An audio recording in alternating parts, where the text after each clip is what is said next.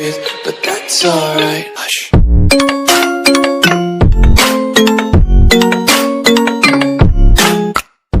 Right now and press the bell icon. Never miss an update.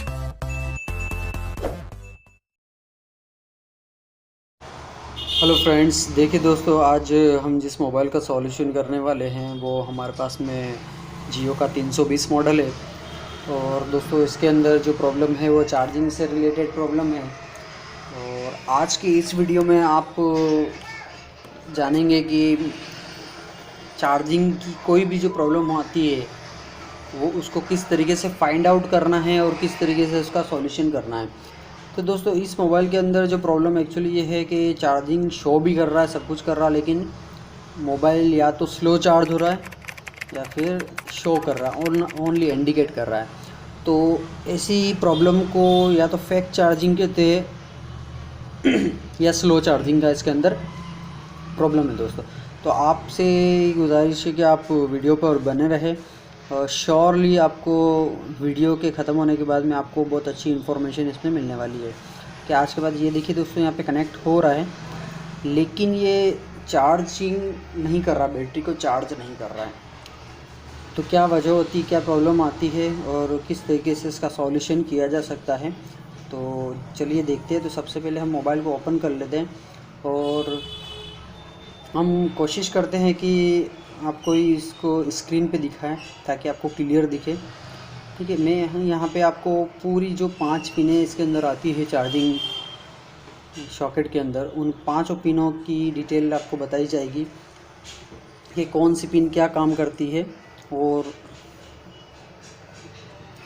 ठीक है दोस्तों, तो हम यहाँ पे पहले इसको सेट कर लेते हैं स्क्रीन पे। देखिए दोस्तों, यहाँ पे स्क्रीन पे पूरी तरीके से सेट हो चुका है, शायद आपको बराबर दिख रहा होगा। ठीक है दोस्तों, तो अब हम यहाँ पे इसको स्टेप बाय स्टेप एक एक पिन के बारे में ज़िक्र करेंगे कि आपको कौन सी पिन में क्या प्रॉब्लम आने से कौन सी प्रॉब्लम क्रिएट हो सकती है और आपको कहाँ पे इसको देखना। देखिए दोस्तों, सबसे पहले आपको आपके मीटर को जो है वो डाइवर्ट मोड पे रखना है, अगर आपका डाइवर्ट मोड अलग से है तो। और एक सिरे को आपको कर लेना है ग्राउंड, और दूसरे से आपको सबसे पहले तो नॉर्मली हमको जैसे पता है कि यहाँ पे हमारा वी चार्ज होता है, तो ये वी चार्ज। और दूसरा देखिए दोस्तों, यहाँ पे डाटा माइनस जो होता है वो है, और यहाँ पे आप देखेंगे कि कोई सप्लाई यहाँ पे नहीं आ रही, लेकिन डाटा जो प्लस है उस पर देखिए 7.1.8 आ रहा है। और उसके बाद में एक ही जो है वो यहाँ पे नील बताएगा हमेशा आपको, या फिर अगर इस पर कोई एंड्रॉयड मोबाइल के अंदर सप्लाई आती है तो वो OTG का होगा, और लास्ट का जो हमारा होता है वो ग्राउंड होता है। ठीक है दोस्तों, तो ये 5 पॉइंट की डिटेल्स है।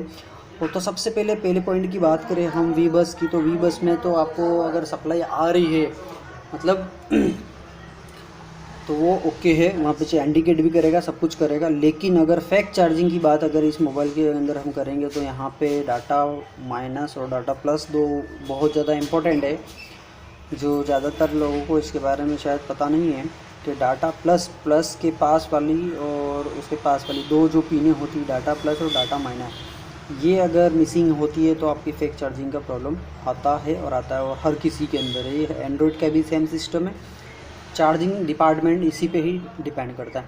तो देखिए दोस्तों, यहाँ पे डाटा प्लस माइनस का जो पॉइंट है वो ओपन है, यहाँ से इसकी कनेक्टिविटी, तो इस वजह से इसके अंदर ये प्रॉब्लम है। और यहाँ पे देखिए दोस्तों, आपको एक ये ड्यूल कॉइल नज़र आ रहा है, तो इसकी कनेक्टिविटी हमेशा इन पॉइंटों की इन दोनों से रहती है। आप अगर यहाँ से इसकी कंटिन्यूटी को लेंगे, जैसे कि डाटा माइनस की लाइन ओके है, आप यहाँ से कंटिन्यूटी लेंगे तो ये आपको बीप ज़रूर बताएगा। लेकिन दूसरा डाटा प्लस की जो जैसे इस पर अगर आप लेंगे तो बीप आ रहेगा, ठीक है। लेकिन अगर आप उस पर लेंगे तो वहाँ पे आपको कोई भी ये ज़ीरो मतलब OL आ रहा है, कुछ भी नहीं आ रहा, नहीं ला रहा। तो हमको क्या करना है कि यहाँ से एक जंपर बनाना है और वो जंपर हमको डाटा माइनस पे लगा देना है।